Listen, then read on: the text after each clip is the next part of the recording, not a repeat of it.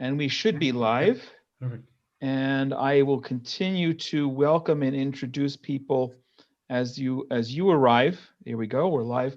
And if you see me looking down to my left, excuse me, I'm trying to field the questions and see who's online on Facebook as well. But meanwhile, it's 9:02 here in Israel. We change our clocks tonight, so we will go back to the previously scheduled time difference that most of you are familiar with. And right now, I just want to get started. I'm so excited because, first of all, it's wonderful that everyone's joining us here with this program today. It's the beginning of the Genesis 1-2-3 Foundation's Global Passover Prayer for Israel, which is obviously around the Passover festival that we are about to begin celebrating this weekend. And as a standalone program, I'm really excited about it. As I was thinking through what we're going to talk about or try and talk about and get through, and some of the questions and feedback we're already getting from you, the participants, I'm really excited to see where this is going to go.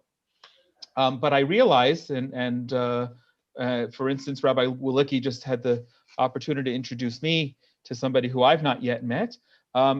Many of you or some of you don't know me. So let me just give you a word about myself and why we're here. I'm Jonathan Feldstein. I have the real privilege and honor to be the president of the Genesis 1-2-3 Foundation. Some of our board members, advisory board members, and other friends are watching right now, and welcome to everybody. Sorry if I don't recognize everybody here as I moderate and engage myself in the conversation, but I hope you find this meaningful. The Genesis 1-2-3 Foundation is a nonprofit based in America that's just about 3 years old, and our mission is wonderful. It's exciting. It's very simple: to build bridges between Jews and Christians with Israel in ways that are new and unique and meaningful. And I'm not going to go through all of the programs that we've launched and were paused by the pandemic and that we will yet relaunch. But this program, as part of the Global Prayer for Israel, is a spin-off of our ongoing Inspiration from Zion program, is one of those programs that is indeed unique and meaningful and new. And so we're excited that you're all here to join us. I certainly invite you all to be in touch with me individually as you can for more information, or visit the website genesis123.co. Just technically, before I introduce our wonderful guests today, I'd like to ask everybody, if you're not muted, it's hard for me to pay attention to that. Please keep your microphones muted. And as long as you're not doing anything that might be a distraction to any of the participants, then by all means keep your videos on so we feel like you're here physically with us. But if there's an issue or there's some background, we'd love it if you would just kind of shut the camera off for whatever duration is necessary. Definitely, by all means, share this, especially if you're watching. Now I see my friend Tisha is also watching from Virginia on YouTube. So definitely, please share this today, and it will also continue to be housed on our Facebook and YouTube pages. Now, one of the reasons I'm really excited about the program today is that it's entirely unrehearsed, unscripted, and we have kind of a roadmap, or at least I do, about where I want to take the conversation, but I think we may entirely go off script any number of occasions as well, to the extent that there is or will be a script.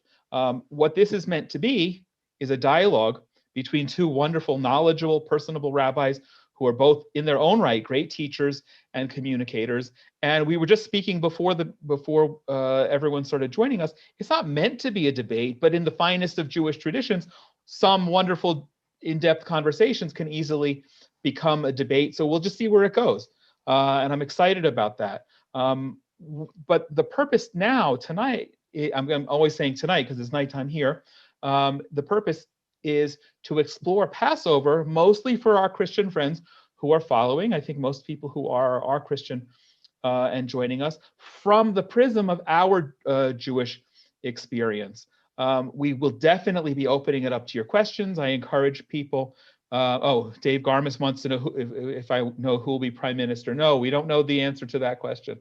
But but that's not relevant to Pesach, to Passover specifically. But definitely, if you have questions, please post them in the chat here on Zoom if you're following on Zoom, or I see there are a number of people watching on Facebook already, and that's great. And I'm going to do my best to field those questions. At the end of the conversation, we'll try and do a more formal Q&A. And because this is one of 4 programs as part of the Global Passover Prayer for Israel, well, I'm also thrilled that the last of them next week on April 1st will be a program with a panel of 4 Christians who uniquely celebrate Passover on their own as kind of the bookend of the 2 sides of the program. So definitely, I don't have slides or sign up details. I know I should. I was a little sloppy today, but for information about our other programs that are coming up next week, please be in touch. Follow us on YouTube and Facebook because we've got some really, really exciting programs coming up. Now, to quickly introduce our guests and kind of get into that dialogue, we have with us Rabbi Baumel and Rabbi Pesach Wolicki, who, as I said, are both knowledgeable, thoughtful teachers, lecturers, and friends. And I'm really privileged to have them here on all those accounts. Rabbi Baumel, who's in the blue Wavi wave, okay, serves as the Jewish community leader of Krakow, Poland. And although he's my next door neighbor here in Efrat, he commutes back and forth when we don't have a pandemic and is a central part of the lifecycle event and the revival of the Jewish community in Krakow, Poland, as well as dealing with the scars of the past in the wake and shadow of the destruction of the Holocaust and the Jewish communities that were decimated there. He engages Christians widely in Poland. He learned Polish in order to do so, which impresses me. I'm impressed, and lectures in Polish and in English, and is. Wait, I thought this was in Polish. This webinar. Oh, I'm trying to think. I can only say thank you in Polish. I'll save that for the end. You can try out your Polish if you want. And he engages Christians widely there in Poland, which is really wonderful. Has a long history as a communal rabbi and educated with lots of degrees that we're not going to go into. But it's wonderful to have Rabbi Baumel aboard with us. Rabbi Pesach Wolicki and I have overlapped and interacted and become close friends over a number of years. He's worked with a wide range of Jewish and Christian organizations, also building bridges through his unique ability to emphasize the common denominators of God and Israel, the Torah, and of course the state of Israel and the significance of that to us as Jews and Christians. He lectures frequently at churches, Christian colleges and seminaries. He's written and published articles appearing in the Jerusalem Post, Times of Israel, and Charisma. And I'm excited to give a little teaser for the fact that he's working on a really exciting book project that is in tandem with a project that we have called Verses for Zion, to teach Christian children about the significance of Israel through studying biblical verses relating to Israel. So we'll look forward to sharing more about that when we're ready. But that's been a long introduction. Let's jump into some of the questions. I think what we're going to do tonight, folks, is kind of go back and forth, and I'll pose the question, comment, and have one of our esteemed rabbis respond, and then the other can add or comment or debate if we get into that. I'd just like to say, by way of introduction, that I'm very much looking forward to a discussion, a dialogue. I'm a little nervous about a debate. I'll tell you why. I found myself at a distinct disadvantage here because Rabbi Pesach Wolicki, his name actually means Passover. Yeah. So you have a guy you're debating about Passover, and his name is Passover. That's right. All I'm got is an Abraham, and that's a hard one to. That's right, Rabbi. It's over before it started. Well, let's give it a shot since you're both here anyway. And with that, how about we ask the first question to Rabbi Baumel, something personal and really very important as it relates to Judaism and everything we do. Food. During Passover, there are certain kinds of food we don't eat. Chametz is the Hebrew, any form of leaven, product from grains, and that is all kinds of baked food and prepared foods and even alcohol and what have you. Relating to you in your life, and this allows you to kind of go back a little bit. What are your favorite Passover foods, and where do those traditions come from? What does food harken to you? Well, you certainly know how to start when you go straight to my my stomach and the fond memories that I have. And Jews, we get together to pray, we get together to celebrate, and usually both of those occur with an eating before or after or during. So there's a lot of food elements related to our Jewish experience and our calendar. And Pesach might be the most prominent one, where the foods are not just in addition to an ancillary to part of the program, but here the food is an essential component to how we tell the story. In fact, a great rabbi thousands of years ago, Rabbi Gamliel, and we recite him in the evening, he said, if you don't point to various foods and talk about them and let them integrate into your Pesach experience, you are not fulfilling this great mitzvah, this great commandment to tell this story properly. So if in the story of Passover, thousands of years ago, the Israelites started their process, started the whole story with food, with a meal, with a Korban Pesach, with the Passover sacrifice, with the Paschal lamb. That's how the whole story began, and that is in temple times the essential, the most important component of the experience. And afterwards, then there's the matzah that's representing many different things. It's obviously vital for generations for us to connect to the foods and the way that the foods are presented and how we talk about them and what they mean to us. I'd love to say that matzah is my favorite, but I'll eat a bagel any day of the week. And matzah, on the other hand, is very hard. It's a very difficult food to consume. And we have to ask ourselves, and we do around the Seder table, why? Why are we forced to eat this? And we're supposed to eat this matzah and at the same time try to express a redemptive experience.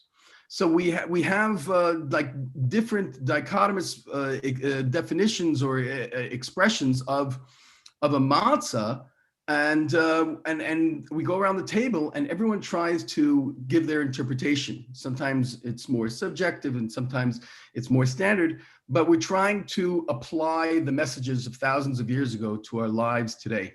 So for me, it's a special holiday with special types of foods, but not necessarily the ones that are about how tasty they are, but more about how meaningful they are. Lovely. That's nice. Thank you. Rabbi Wolicki, what about you? Pesach? I'm gonna accidentally keep doing that. By mixing up folks. If I call him Pesach, I don't mean to be calling him Pesach. I'm calling him Rabbi Wolicki, but I'm referring to the holiday Pesach, which is Passover. So, okay, Rabbi Wolicki, what about the Passover foods? Well, it's interesting. As I was listening to Rabbi Baumel, it occurred to me that the uniqueness of the meal that we're having, when we talk about Passover foods, as Rabbi Baumel said, these foods are not ancillary. They're not just like, oh, it's this holiday, so our custom is to eat this type of food because that's the custom for the holiday, the way Americans will eat, turkey and cranberry sauce on Thanksgiving, because that's how you celebrate. This isn't the celebration. The uniqueness of the foods that we're eating at the Seder, and here I'm not just echoing what Rabbi Baumel said, but maybe taking it in a slightly different direction, is the actual ritual, the primary ritual of this holiday is not something done in the synagogue. It is the actual eating of these foods, meaning, let me put it this way. It says in scripture, in the book of Exodus, we are told that on the day of the Exodus from Egypt, we are to tell the story and eat specific foods. And the eating of those foods is actually the fulfillment of a commandment. It is service of God. It's worship. And that sounds a little strange to people. We're worshiping God by eating. Now, that only sounds strange to us because we are modern people who don't live in temple times. If we live in the time of the temple, in the temple, it was very common for there to be foods that were part of temple service, that were part of offerings that were brought, that would be consumed as part of worship. A great example of that is the Thanksgiving offering. Like in Psalm 116, where the psalmist says that I will bring a sacrifice, an offering of thanksgiving, and call out the name of the Lord. That's not just celebrating something. That is actually a very specific ritual. When someone was thanking God for a personal redemption, they were healed from an illness, or they survived something, something great happened to them in life, and they want to thank God publicly, they would bring this offering to the temple. But this isn't an offering that would then get burnt on the altar. This is an offering that they would invite their friends and family, and they would sit down and eat it. And the eating itself, the consuming of this food, is itself a form of worship. Now, let me just explain how that works, because I think about this a lot at Passover, that, this isn't like, we go to synagogue and we say whatever ritual prayers, whatever liturgy we have to say for the day, and then come home, and now we're going to have our festive meal. That's not what this is. The meal itself is a ritual, and including the eating, the quantities that we eat, the order in which we eat things. The specific things that are eaten some of them are mentioned directly in the Bible. Some of them came slightly after in early rabbinic times and temple times, but we're eating the exact same foods that were eaten in the temple on this day, and that's the actual fulfillment. And again, so our relationship to food spiritually becomes different in that regard. We're worshiping God through this eating. And the way this makes sense to me is that eating is something that we enjoy. It gives us sustenance. We're literally taking in the fuel of our lives.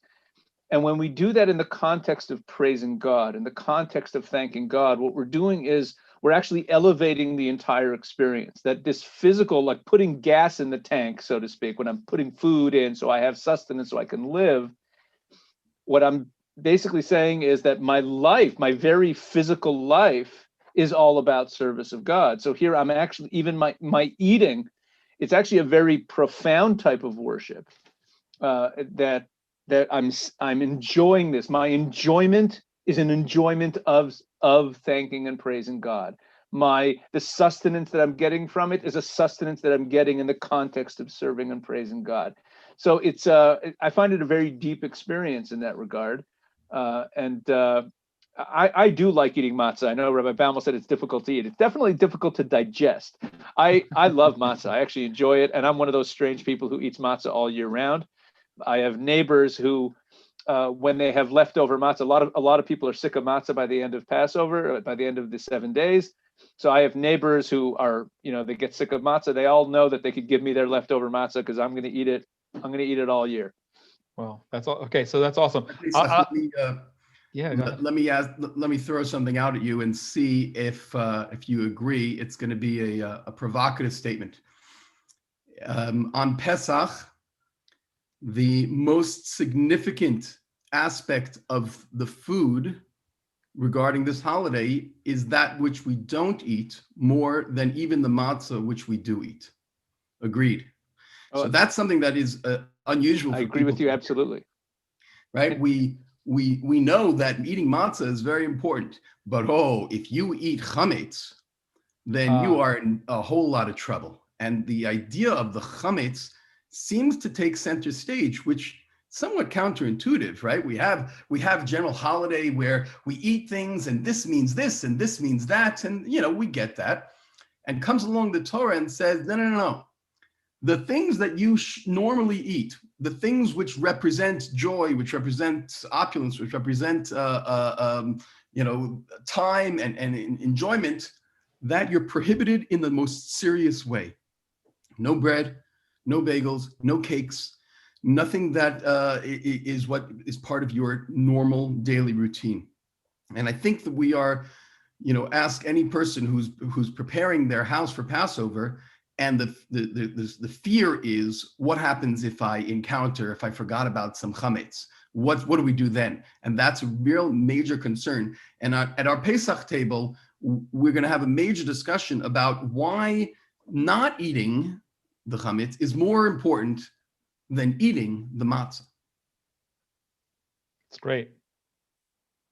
Do you want to respond, Rabbi Wolicki, or yeah? Listen, I'm not sure that I agree with the very last sentence that you said, that it's more important than eating the matzah, because the eating of the matzah on the first day, meaning on that night, on the Seder night, is a direct command in the Torah, in the same way that there's a direct command not to have any chametz. So I don't know if I would rank them as one being more important than the other. I'm sorry. Yeah. Oh, yeah. It definitely brings a severe punishment.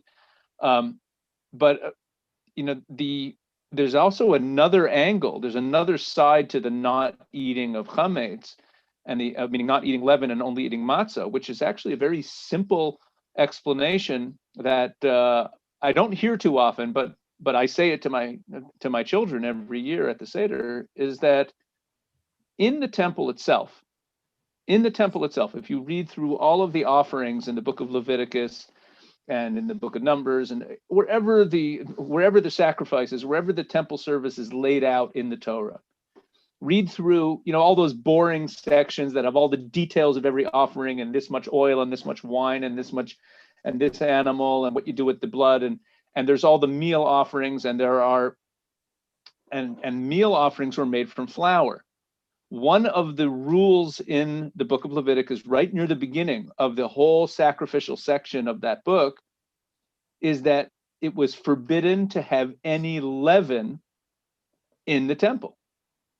Meaning, everyone knows about the showbreads, right? There was the table in the temple that had the showbreads on it. What most people do not know, you have to read the words carefully in the Bible, but in our collective imagination, we picture these loaves of bread. Those were matzahs. There was no bread in the temple that was leavened, except one day a year, which was on the holiday of Shavuot, Pentecost, which is an exception. But that's an exception. That's not our topic tonight. The point being that on Passover, what we're actually doing is we're behaving as though we're in the temple. Here I am. It's like I'm in the temple. I'm eating, if it was temple times, I'm eating sacrificial meat. I am not eating any leaven. In the temple, there's no leaven. Even in the Egyptian Passover, that only happened once, where they put blood on their home. The only place that blood of a sacrifice is put at all in the Bible is on the altar in the temple. So it's almost as though the home has become a kind of miniature temple, so that even though all year round I can eat leavened bread, but in the temple all year round, they're not eating leavened bread. So for 1 week out of the year, my home has the same rules as the temple does. Nice. I can see that we're in for a really enriching conversation on the back and forth on just that one question. I know that there are questions, so please, folks, do write your questions in the chat. I will just add in my 2 cents, and I'm not a rabbi, and I don't pretend to be one, but I love matzah, and I also happen to, some of you may know, there's a traditional food, everyone has their own different way of making it, called matzah brai, typically eggs, crumbled up matzah, and water. I have my own book in the works, a cookbook of gourmet matzah brai. So Rabbi Baumel, when you come home and you're next door, we'll save you some matzahs. But we've got about 100 different recipes for matzah brai that we're working on. And if anyone's following and doesn't know what matzah brai is and wants to know, please be in touch. Let's move on to the next question. Again, most of our guests following this tonight are Christian, and so for many of them, they're not familiar with the Jewish customs. But because Passover is one of the 3 biblical pilgrimage holidays and one of several other holidays, including the modern ones, Yom HaTzmaut, Israeli Independence Day, and others that Christians are connecting and celebrating with. Maybe we'll start with Rabbi Wolicki this time. Why do you think that is especially the case with Passover, that Christians are connecting and celebrating and interacting. And I know you're an Orthodox rabbi, but what's from your perspective, having had these conversations a lot, the significance of Passover to Christians, if that's not inappropriate? No, it's very appropriate. And it's a good question. And, in the space that you and I, Jonathan, work in, where, we're part of organizations, Jewish organizations, or Jewish and Christian organizations that are in this relationship building space, this topic comes up every year. And it's something that's discussed. And I have a slightly different view than even most of the people who work in our line of work about Christians celebrating Passover. There are some Jews who are uncomfortable by Christians celebrating Passover, and it's and the reason is that they feel it's almost like cultural appropriation, or that Christians are kind of taking Passover and doing something else with it. This is not my view. I'm just going to lay out a common view, and that I think it's important for Christians to be sensitive about. And that is that when Christians do celebrate Passover, naturally, as Christians, and they're people of the Christian faith, what they do is they see all kinds of symbolism in what they're doing on Passover that relates to Jesus. The crucifixion of Jesus happened around this time of year. The Last Supper scene, as detailed in the book of Matthew, is actually a Passover Seder. And therefore, there are certain things that are done and said in the Christian scriptures and in the Christian history that relate directly to Passover, and relate to some of the symbolism and attribute Christian symbolism to some of the things that are going on Passover. This type of approach to Passover, I'm going to be very frank with you, for most Jews makes them very uncomfortable.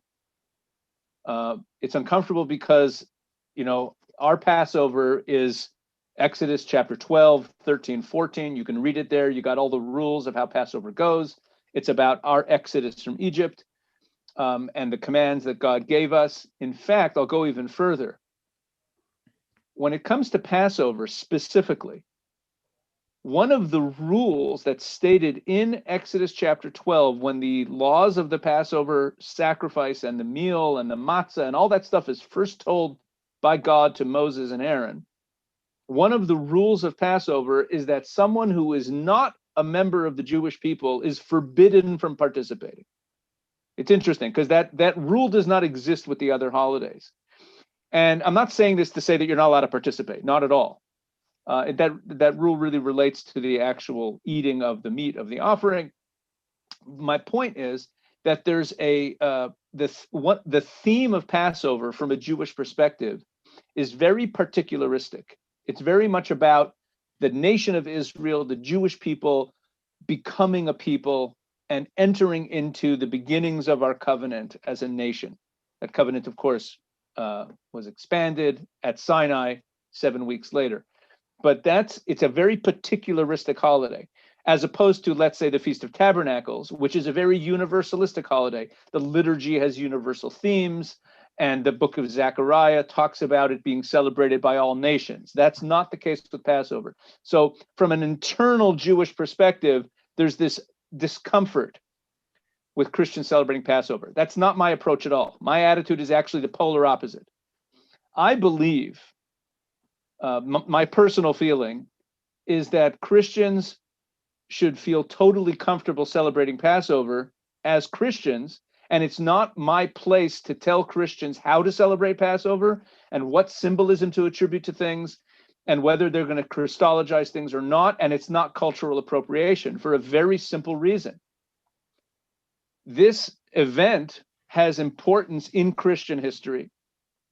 The Last Supper, the meal that Jesus had with his disciples, was a Passover Seder, and there's a scene in the book in the New Testament that can be read there.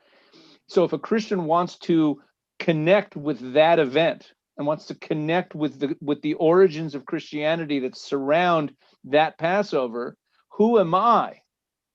Who am I to tell them, oh, don't celebrate Passover, that's cultural appropriation? So I have no problem whatsoever with Christians celebrating Passover. I think it's, you know, and it's and in general, I think that Christians connecting with biblical feasts, biblical holidays based on the lunar biblical calendar that we follow is a net positive. I mean, that is the true calendar and that is God's seasons. And I think it's a positive thing for Christians to connect.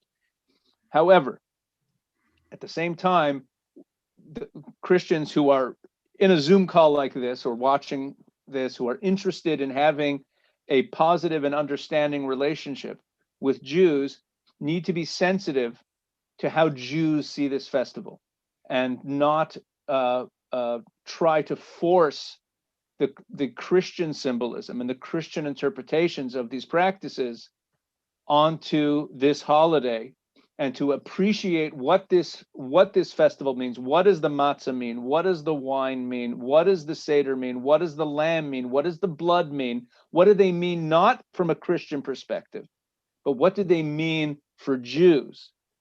Does that mean that you have to drop all your Christian perspective in your own observance of the day? Absolutely not. But if we're looking for that sensitivity and we're looking for that understanding, we have to appreciate that this festival has a very different meaning for Jews than it has for many Christians. I'm not going to say, oh, I don't, right. But for many Christians who mark it and celebrate it through a Jesus lens. I hope This is a good answer. That's a great answer. And Rabbi Baumel, before you continue, I just want to, or comment, I just want to interject. I believe our friend Bishop Uma from Tanzania is with us at the moment. I'm just kind of scrolling through to make sure he's there. He asked a great question earlier in the day. No, he's not at the moment, but if he comes back on, he might want to. He asked a great question, which is so intuitive from a Christian perspective. What did he email me? What do we Jews use instead of the body and the blood of Jesus at the Passover Seder, as we Christians believe? So I think you just addressed that really well. But if he comes back on, we'll certainly see if he's got any additional question on that. Rabbi Baumel, you work often in a different market, if you will, among Christians. What's your thought about Christians observing? Your thought and your experience about Christians observing and celebrating Passover? I certainly grew up with that discomfort. I'll tell you right now, Rabbi Pesach, and knowing that regular traditional Jewish thought is that it is prohibited for Christians to certainly join my Passover table. So I kind of have that in the back of my mind. But in the last years, I've been exposed, and Jews, generally Orthodox Jews in particular, aren't usually exposed to other cultures and other religions, and don't really get a sense of the true desire of people of other faiths and shared faiths to their curiosity and their interest. As was said in the introduction, I've been the rabbi in Krakow, Poland for the last 7 years, and for me, it's been an eye-opening experience. I have some Polish students who are big Passover celebrators on this call, and I recall around 5 years ago, I got a call from an organization that asked me to join a mock Passover, because they understood they couldn't have the rabbi on Passover. So a few days before Passover, if I could go and share with them some thoughts about Passover, kind of like what we're doing here, but in a hall with the Passover Seder, with the plate and everything like that. It was from a place called Nowy Sącz, which had a huge Jewish community before the war. And this group invited me to come there. And I thought, okay, we'll sit there, 10 of us, we'll sit there, a few of us. And I got there were 150 Christians, Poles Christians, who, including the priests and the bishop, and everyone was sitting there, and everyone was sitting there over the Seder plate. And in fact, they were all eating the Seder plate. And I had to slow them down to say, wait a second, we don't just eat the Seder plate. We talk about the Seder plate before we go and dig into the meal. And I understood that. I think that they were trying to connect. Now, obviously, I didn't ask every single one of them, what are you doing this for? What does this mean to you? are you trying to get to the root of Passover? After all, Jesus was Jewish. Jesus was celebrating Passover, probably like Jews have been celebrating Passover, right? The interpretation that he gave kind of took on a new meaning for Christians. But perhaps that's one approach that you're taking, that you're trying to figure out what the original source is, right? If the wine isn't, the blood of Christ, then what is the wine? And then you'd have to say, okay, well, before Jesus, what did wine represent in the Bible? And what, why in Psalms 104 do they talk about it, wine being gladdening the heart, and bread giving sustenance, and what those meant to ancient Near Eastern Jews and people at the time. But I also feel that Christian Poles who are sensitive to living in Poland, where there used to be 3 million Jews and now there are 3,000 Jews or 5,000 or whatever the number might be, I think that part of their desire to celebrate Passover, or to learn about Passover, or to learn from a rabbi, is to reconnect with the Poland of the past, with reconnecting with that part of Poland was also a Jewish community and a Jewish life. And part of Christianity was also that it started from a Jewish source. So for me, I found that inspiring, that they were there to respect the Judaism that was part of their Polish heritage, and they wanted to learn more about it. And it behooved me then, and it does now, to continue on this mission to try to enlighten and to talk about what's happening at the Pesach Seder. Thanks for that. Thank you. It's also interesting and a good segue kind of to my next question. I wasn't thinking about it so much from the perspective of Poland and the Holocaust, but next week, for instance, one of the top 4 programs that we're doing this global Passover prayer for Israel is going to be with a panel of 4 former Soviet Jewish refuseniks, which we can argue as to how close that it was to the enslavement of the Jewish people, as in Egypt, or the liberation of the Soviet Jews. We're going to speak about that experience. You certainly bring in a foot in a more distant past, but still in our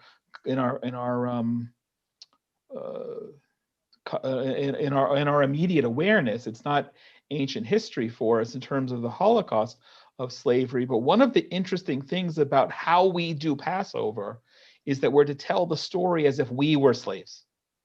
And I always find that challenging because I don't know what that means. And maybe because we're in a video, I don't have a video. I don't know what it looks like. We're also doing a program next week with Bishop Glenn Plummer to talk about the similarities between the African American enslavement experience and liberation and ours, and we have much more common material, much more current material about the slavery experience. But in terms of how we're sitting at our Passover table Saturday night, and we're telling the story, and we have to put ourselves somehow in the mindset of not having been slaves, being slaves. How do you do that, rabbis? I think Rabbi Wolicki, it's your turn. How do we do that? Well, I think one way is connecting with current events. And one of the lines that we say in the Seder is that in every generation, there are those who rise up against the people of Israel. And the Holy One, blessed is He, God, saves us from their hands. Happens all the time. And we need to connect the Passover Seder to what we are currently living. I think that's a very important part of it. The Passover Seder is not meant to be only a discussion of a historical event that happened a long time ago, as you said. We emphasize it right from the beginning and throughout it that we're talking about ourselves. And in fact, once we get to the second half of the Seder, after the meal, let me just explain the structure briefly for anyone who might not know, so we understand what I'm talking about. when the Seder begins, we start with a cup of wine, where we sanctify the day, which is what we do on every Sabbath and on every festival. And then we start in with the text and the rituals that relate to the Seder, but we're not eating yet. We're telling the story of the Exodus from Egypt, and we're talking about the importance of telling the story, and we're praising God for what he did in Egypt. And then we get to the part where we do the ritual eating of the matzah and the bitter herbs and the meal. But then after that meal, the liturgy continues, the text continues. But the text after the meal, from then to the end of the Seder, doesn't mention the Exodus again. The Exodus is not, it's literally not even mentioned, except there's a psalm that we say, and in that psalm there happens to be a couple of lines that are about the Exodus, but there's other lines that are about other things. The Exodus is not what we're talking about. After the meal ends, we're talking about the future redemption. We're talking about the exile that we're currently in. We're talking about, we end the Seder by singing and calling out next year in Jerusalem. The focus of the second half of the Seder is the future. So really what you have in the Seder is that, every one of us lives our lives. Look, I was born in a certain year and I'm going to die in a certain year, and I live my life. I lived part of it in the 20th century and part of it in the 21st century, and that's my life.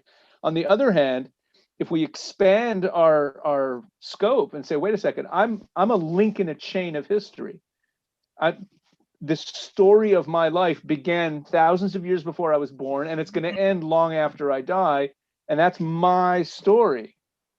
And therefore, we start the Seder by talking about the history. We then actually eat and engage, and it's very much present tense. We are celebrating as though this happened to us. And then we talk about the future. And, that is, to me, that's a way to, to bring it into our lives, to think about it, but also to talk about it. And I try to do this during the meal, because that's like where it's about us, is to talk about the current threats. Who are the current, there's always, it's an interesting thing being a Jew. There's always some group of people in the world who are declaring that they want to destroy the Jewish people. Today it's Iran, and maybe some other supporting actors at various points. And then there was the Soviet Union that was trying to destroy Judaism, and then you have Hitler, and in every generation there's someone who's trying to destroy us. And we're told in the text that was written thousands of years ago to relate this experience to our current experiences. So really the Exodus from Egypt is the story, but the Exodus from Egypt is also being used as a metaphor for whatever is going on in our own lives. That's great. I think it's a very nice analysis, but I don't think it answers the question, and for a good reason. It's hard to answer that question. It's hard to answer that question. How do I tell my children what a slave is like? What does it mean? So we try to figure out, okay, slave is also anti-Semitism. There's a whole bunch of ways that we can skirt the issue of saying, what does it mean to be a slave? The Talmud 1,500 years ago says the following law. If your parent dies, you have to tear your shirt. It's as if your heart is torn. So you have to tear your shirt in half, rip it. And then the Talmud asks the question that in modern days, we just don't understand the question. The question is, what if you only have one shirt? And then the Talmud gives an answer. Okay, you can sew it up somehow. And for us, for me and my kids have 82 shirts and 42 pants and 7 pairs of shoes and a phone and a this and a that. And they just have no idea. And I have no idea, what does it mean to not have? And part of slavery, one part of slavery is not having, and the other part of slavery is not being able to control even what I do have. And those two aspects are very, very, very difficult to try to get that in the mindset of not being, being able to control yourself and your fate. I try to teach them, and I've actually been printing out stories of slave narratives to try to get them to get my kids to understand what the experience is like. You don't belong. Your time is not yours. You have one shirt. You can't make your own decisions. It's a very, very difficult thing to do. And perhaps the rabbis were saying, well, at the very least, eat the maror.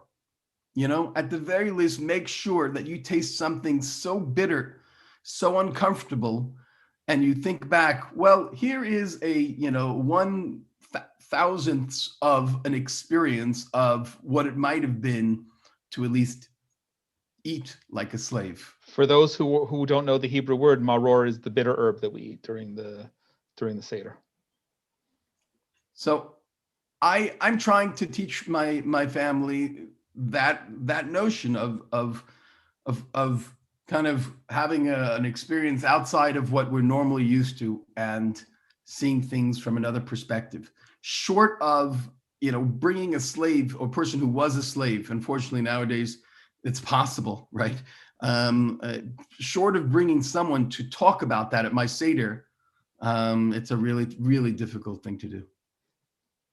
Okay, thank you. That's something that we need to contemplate because it's difficult, and yet it's still something that's an obligation for us. Talking about your Seder. I'm hosting and moderating between the two of you. We've got a fabulous group of people watching, and again, friends, continue if you have questions, feel free to post them. But let's pretend for a minute that this is a TV reality show, and I'm having you host guests who are not Jewish at your Seder. What are the three things that you have to instruct, that you have to have them take out of the Passover Seder experience that would be taking place at your home Saturday night if we had cameras there from all the different angles and we were broadcasting it maybe live? Rabbi Baumel, I think we're going to come back to you. The most important thing that I want some alien who's sitting at my Seder to experience is the wow. There's so much going on, and everyone is animated and everyone is involved. And I want them to say, why is Rabbi Baumel and his whole family dressed up in some kind of weird costume, and why are they getting up in the middle of the Seder and they're walking around and acting like they're slaves, and why are all of a sudden they're erupting in song when we didn't expect that, and why is Rabbi Baumel asking and pointing to each person around the table to be involved and to interact and to bring their own part of the Seder and part of their experience with them. I sent out already a week ago a letter to everyone at the Seder, and I said, there's an obligation to apply the message of the Passover experience, like Rabbi Pesach said, to our day and age. And the way that we're going to do it is we're going to say that everyone has a Passover Seder story to tell. Now, your story might not be, from slavery to redemption in the finite physical sense of the word, but perhaps in a more metaphysical way. Maybe psychologically, you went through something that was a strife and a struggle, and you have your own journey. And I want everyone to talk about their journey, because their journey is part of the ancient journey of the people of Israel. So there's a lot of eating and a lot of drinking and a lot of dancing and a lot of everything going on in order to keep everyone as involved as possible on this night for us. Great. Rabbi Wolicki, your table. The cameras are on. You've got guests or aliens, or the aliens who are guests? Well, exactly. If I have guests at my table who are not Jewish, they'd probably be Christian, considering that a lot of my friends are Christian. Then you say three things. The number one thing that I would want them to gain from this is an appreciation for the Jewish historical consciousness. Let me explain what I mean. in our work in Jewish-Christian relations, the work that we do when we encounter people, one of the first things that I learned when I started getting involved in Jewish-Christian relations was that I started reflecting on my own Jewish identity. Being around, I'd spent so much of my life only among Jews, and you start to think about your own identity more. I'm sure, Jonathan, you have that same experience.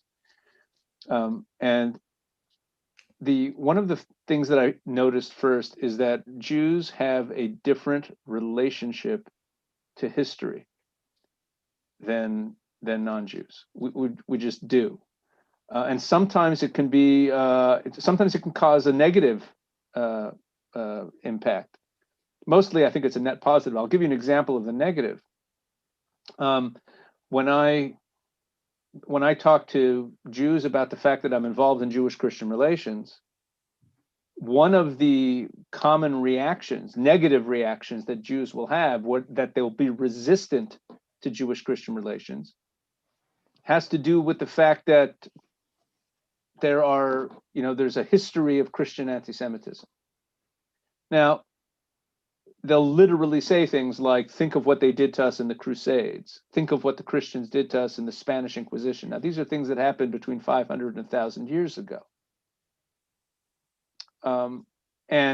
Or even more recent things. You're a Christian living today. When I say that to Christians, that's how Jews think a lot of the time, very often the Christians will just think that that's a little bit odd. Because for a Christian living today, they don't identify with those past events. They don't see themselves as the extension of those Christians who persecuted Jews 500 years ago or 200 years ago or 1,000 years ago. Or that we see that. Or that we see that, right, exactly. They don't think in that historical way. And as I reflect on this, when I first got involved in Jewish-Christian relations, I thought about this a lot. The Jewish historical consciousness is very strong. Jews take history very, very seriously. In fact, most Jews, I think, don't even realize how seriously we take history compared to everyone else. Meaning, in a Jewish consciousness, something that happened 200 years ago is very recent. 500 to 1,000 years ago is a kind of mid-range. For something to be really, something that happened a long time ago, that's like 2,000 years ago. I mean, that's kind of like, that's really the Jewish consciousness. I'll put it another way. When we're sitting in the synagogue on the holiday of Purim, reading the book of Esther, and it gets to the point in the story where where the Jews win the war, it is very tangibly, at an emotional level, a sense we won. We really very much feel this is us. This is what happened to us. The sense of collective identity that we have as Jews is not just a collective identity in the present tense. It's not even primarily in the present tense. It's very historical. If you open up a Jewish prayer book and just read the daily liturgy, there's a lot of history in it. We talk about history a lot. We relate to history a lot. Our identities are very bound up in history. Some of that is enhanced by the fact that we're literally saying the same words daily that have been said by Jews for thousands of years, and that historical consciousness is on its greatest display is the Passover Seder. There's very much this, as I said before, kind of like a widening of the lens. The Jewish identity, I think there's no greater expression of Jewish identity than the Passover Seder. So what I would want my guests to get a sensitivity to is how intensely Jews relate to Jewish history as a personal, very personal matter. The other thing I'd like them to get from it is, and this might be a little controversial to some people listening, is the value under certain circumstances of drinking 4 cups of wine. Because most of the Christians I know don't drink. There's kind of a taboo, and I understand where that's coming from, and I certainly don't advocate just kind of casual drinking all the time.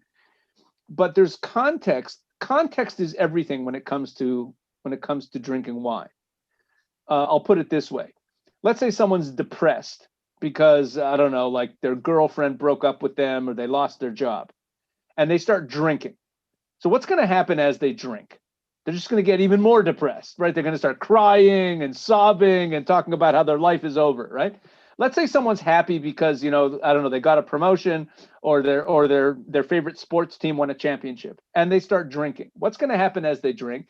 They're going to get even more happy. By the end of the night, they're going to be hugging people and screaming for joy. In other words, what alcohol does is it turns up the volume on whatever it is we're feeling. And there's a rabbinic expression that when wine comes in, the secret or the truth comes out. When wine goes in, the truth comes out. And in other words, we drop all of our masks and we drop all of our externals, and we emphasize what it is that we're feeling, whatever it is that we're experiencing. So now, it's a dangerous thing. It's playing with fire. I understand the aversion to alcohol and seeing it as an evil. It causes lots of evil in the world. But if the context is set up and the framework is set up that the what is going on is a celebration of God's redemption of the people of Israel throughout history, and we're honestly experiencing that and telling that story, and while we're doing it, we're progressively ingesting more and more wine as the night goes on, we're slowly, well, not so slowly sometimes, turning up the volume on that whole relationship to God's redemption. And it actually has some value in the right context. Okay. I'll leave it there. All right. So Well, we're going to have a sign-up list for those who want to go have wine at Rabbi Wolicki's Seder. Having just purchased my 2 big bottles of grape juice for my Seder, I'm going to have to just dissent from your. I actually I only drink wine enthusiasm. at the Passover Seder, by the way. I only drink wine at the Passover Seder. I don't even drink it. I'm not a Shabbat. drinker, and I don't get it, and it doesn't excite me, and I do my best to stay away from it and every possibility. So for those who can, and for those who it does something for them, I hear it, but it's not working for me. It's okay. Moving on. I have a couple more questions, but I'm anxious for some of you. We're going to try and sneak your questions in. Anyone who has questions, feel free to use the chat. We're going to do a Q&A in a few moments. I think, Rabbi Baumel, you were speaking before about specifically engaging your children. And I think between the 3 of us, including children-in-law and soon-to-be children-in-law, we probably have about 20 of them. So we're veterans in raising children and having Seders with our children. And the Passover Seder is uniquely, in many ways, focused on children. So I wanted to ask from your perspectives, both as fathers and rabbis and teachers, why is that important? And what have you done successfully in your parenthood or rabbihood that has really engaged and enhanced your children's experience? I forgot where we started. Rabbi Baumel, you're in front of me right now, nodding, so go. It seems from you study the text that the most fundamental aspect of the Passover Seder is to relate to your children. In fact, the Torah says, the Bible talks about teaching your children, telling the story to your children. Your child is the subject. It's not, usually children are meant to be seen and not heard, or not even seen and not heard. And, I'm busy. I'm talking about important things. Wait till you get older. And comes along the Pesach Seder and it flips it on its head. It says, Keneged arba'a banim dibra Torah. The Torah spoke about 4 different types of children towards which you should be telling your story. In other words, you're telling your Pesach story to your kids. It's a transmission to the next generation. And therefore, every single father and mother at the Pesach Seder has to become an educator and has to learn how to best enlighten, inspire, keep your kids awake, do what you can to make sure that they get excited about this, because it's a seminal moment during the year. The Torah tells us that the rabbis say that the Torah speaks to 4 different types of children. It's a famous passage that says, one is wise, one is wicked, one is simple, and one can't even ask a question. And I think the rabbis were, learning the different verses in such a way as to tell us that you might encounter. You might have 4 children with 4 completely different styles of cognition. You might have 4 different children with 4 different sets of challenges. And if you're not ready to engage in each one on their own level, then you're gonna fail at reaching them all. And your job, your most important job, is to be a parent to your children and raise them to be inspired to go out and become the best that they can be. So you have, excuse me, you have a fascinating group of a wicked person, and a wise person, a wicked person, which is strange. You would expect that there would be, if you said one child is wise and one child is dumb. Nope, there's no such thing as a dumb child. There is such thing as a wicked child, or a child that is thinking in wicked ways, or thinking in ways that are against the grain, or doesn't want to have anything to do with it, or is rejecting it all. How do you deal with that child? That's a question that the Talmud wants you to focus on. And at the same time, another child is filled with wisdom and filled with excitement and filled with wanting to learn more and wanting to know more. And the rabbis teach us that you have to, based on a verse, Chanoch lanar al pi darko, you have to teach each one of your children according to their capabilities, according to their level of cognition and development.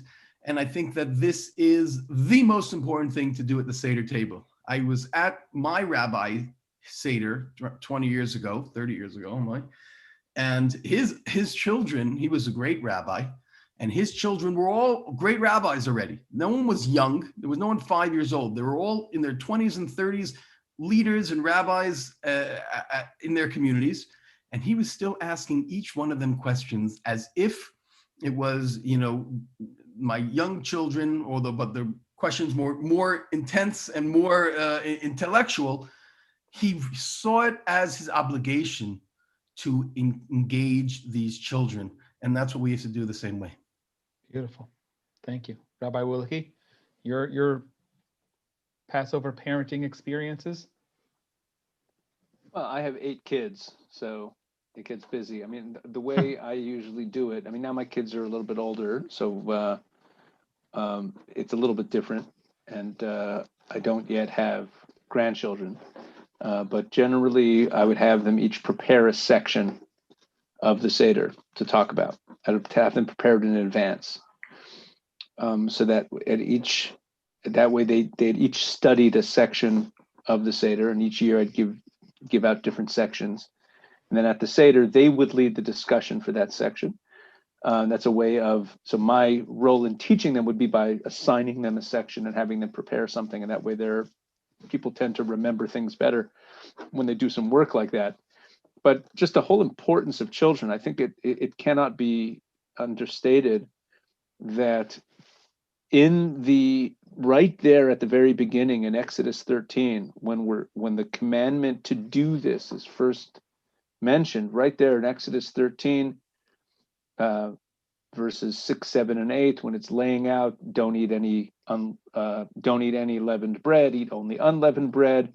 And then in verse 8, right there, this is again Exodus 13, verse 8. On that day, tell your child, I do this because of what the Lord did for me when I came out of Egypt. And this is, the fact that it's right there, meaning we have to think of it as a command from God, right here. The same way God's commanding us to eat the matzah, the same way God is commanding us to, in temple times, bring the Passover lamb offering. In the same way that God is commanding us everything else that he commands us in the Bible, he's commanding us to tell this particular story to our children. And, this relates back to what I said before about historical consciousness. So I'm very, I speak to my children at the Seder a lot about the importance of historical consciousness, of seeing our lives in a historical context. But it's also, it's worth thinking about for anyone who wants to live biblically, to think biblically, that this is a command from God to tell this story to our children. That's a good point. Thank you. That's great. I want to pause on my own interaction with you both. It's been really, I hope that you all agree, who watching this has been really engaging and quite delightful, and give you an opportunity to ask some questions. You can use the chat for those of you who are on Zoom with us. Actually, maybe I'll just change the view so we can see all of you.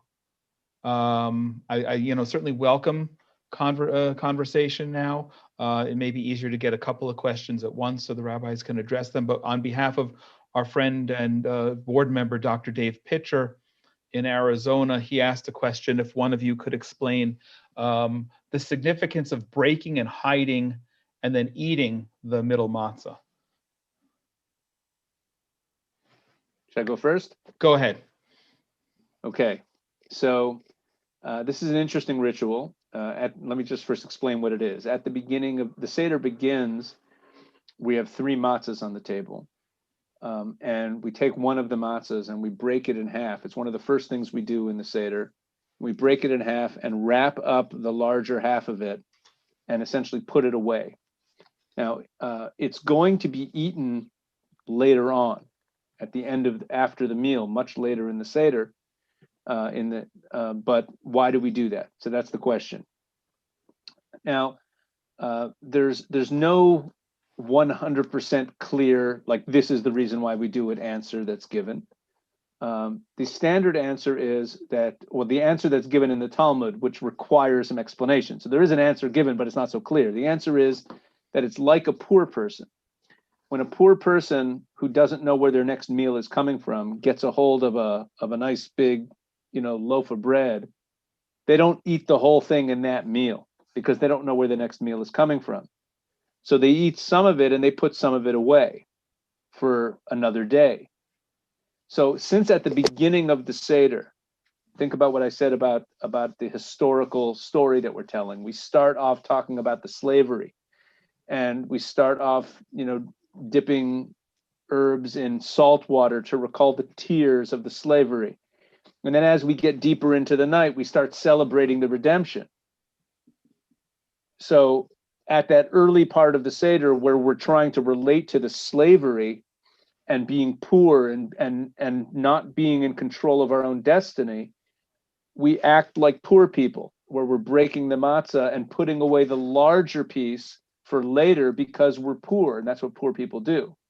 Which of course begs the question, if we're putting it away like a poor person to eat on another day at a different meal, we should be eating it the next day. We eat it the same night, but I kind of have already answered the question. We eat it after the meal, where we're redeemed. We're not the poor person anymore. Now we're free. Now we know where our next meal is coming from. So the very same piece that initially we put away because we were in dire straits, as the night goes on and we experience redemption, we feel comfortable pulling it back out and saying, you know what? I'm now a free man. I don't need to be worried about where my next meal is coming from anymore. And we eat that. There are certainly other interpretations. What I'm telling you is not a universally held interpretation. Dr. Pitcher says that was interesting. Rabbi Baumel, what do you have to add? Oh, not much. I think it's along the same lines. I like the idea of breaking our matzah, breaking things down, recognizing that when we normally begin our meals, there's a sense of whole, there's a sense of completeness. And when we think about the matzah, we have to take it and we have to break it. Now, the matzah has, as I mentioned earlier, 2 seemingly diametrically opposing expressions. On the one hand, it's called bread of redemption. It's the bread that symbolizes the exodus from Egypt. That's the matzah. On the other hand, we're talking about poor man's bread. It's so interesting that we take the bread that is, the least.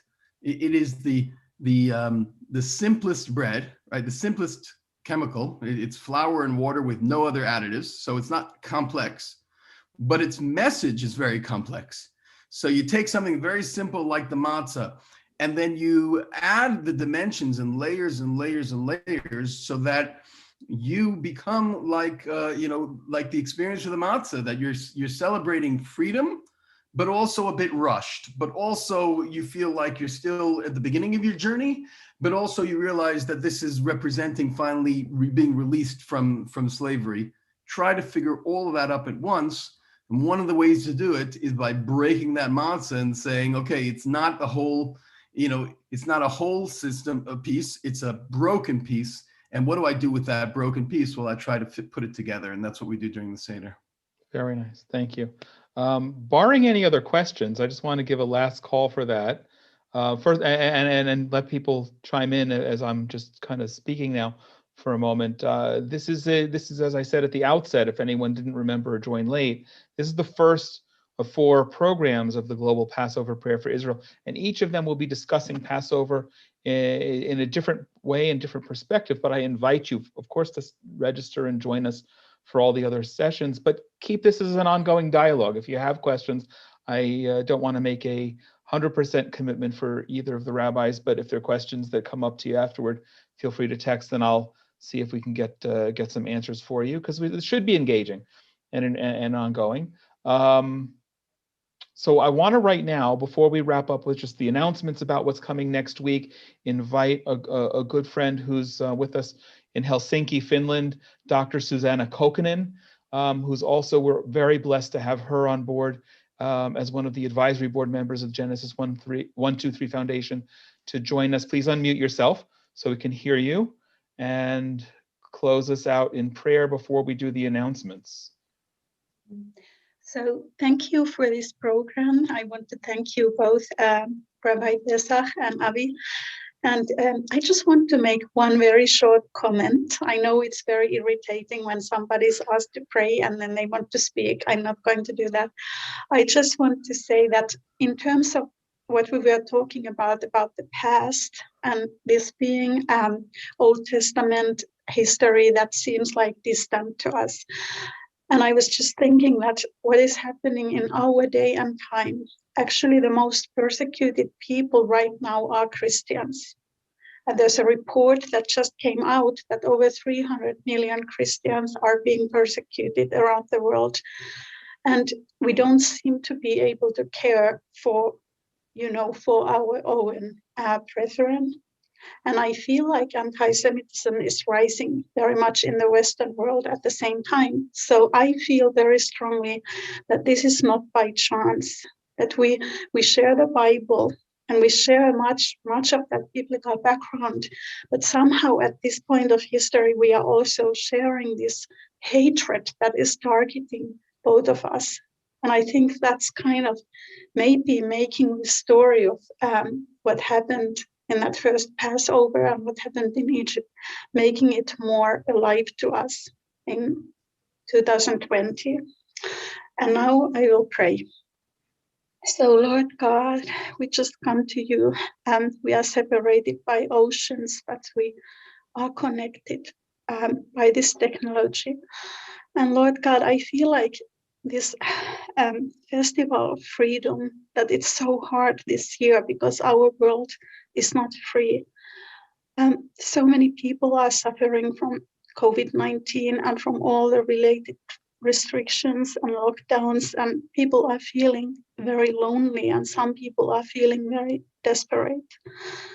And I just, as we approach this festival of freedom, Lord God, I just ask it for your mercy for our world, because our world today, we need your mercy, even just in order to be able to live through this time. And Lord, we know that there have been much harder times that people have to live through, but I want to pray for each individual who feels that this is difficult for them. And I want to pray for each nation. And then, Lord God, I want to pray for us as Jews and Christians to be able to come together and to be able to understand that how much we share, but how much more we need to stand with each other at these days that we are living in now.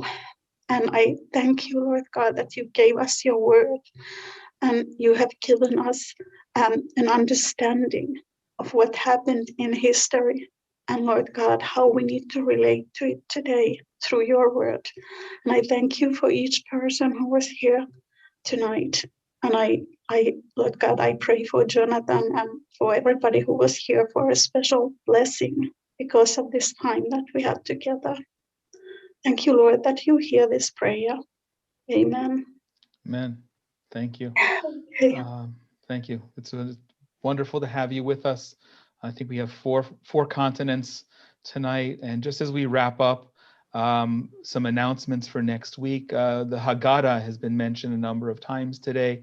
I actually meant to have organized better to give the opportunity. I'm working with one of the big bookstores here in Jerusalem to have some Haggadot, the plural of Haggadahs, available to any of our Christian friends who would like to have that experience. They won't arrive until after the holiday, but we're going to try and find some that are appropriate and culturally fitting with language that'll be easier to follow. So you can be in touch with me on that. We have, as I mentioned at the outset and a few moments ago, 3 incredible events. You can email or contact me directly for information for the Zoom link. Those following on Facebook, you can continue to follow the Genesis 123 Foundation on Facebook or on YouTube. But in short, on Monday, Monday the 29th next week, we're doing a great program with Bishop Glenn Plummer from the Church of God in Christ here in Israel on the shared experience of African Americans and Jews and how that's related in terms of slavery and redemption. On the 31st, we are going to be doing a program with 4 former Soviet Jewish refuseniks, Jews who grew up in the Soviet Union and in their own struggles fought to get out of the Soviet Union. For those of you who don't know that history and the oppression of Jews in the Soviet Union for generations there, it's something you're going to want to be part of because in a sense, it's been very much our modern Exodus story. And the fourth and final of the webinars next week will be with 4 Christian friends who also in their ways celebrate Passover, do their own seders. And we're going to have a conversation, perhaps a little from the flip side of the one we just had today, about why that is indeed significant and how that enhances them as Christians and their understanding and connection with the Jewish people. Finally, folks, all of this is done, everything we do is for free, and everything that we do is supported by generous donors. If it moves you to join us today, as many of you I know who already are donors, if you care to make a donation, that helps. I think Rabbi Wolicki used the analogy with the food. It keeps fuel in the tank for us to be able to continue to do what we do. And you can go to genesis123.co to make a donation or just to find out more information. And I will close by wishing everyone a happy and joyous Pesach, a Chag Kasher v'Sameach to all of you. Rabbi Baumel, did you want to say that in Polish? Wszystkiego najlepszego. Sounds good to me. Friends, thank you. Rabbi Baumel, Rabbi Wolicki, thank you for joining us today, and everyone for following us. God bless you. Happy and healthy. Thank you, Jonathan. And thank you, Rabbi Pesach.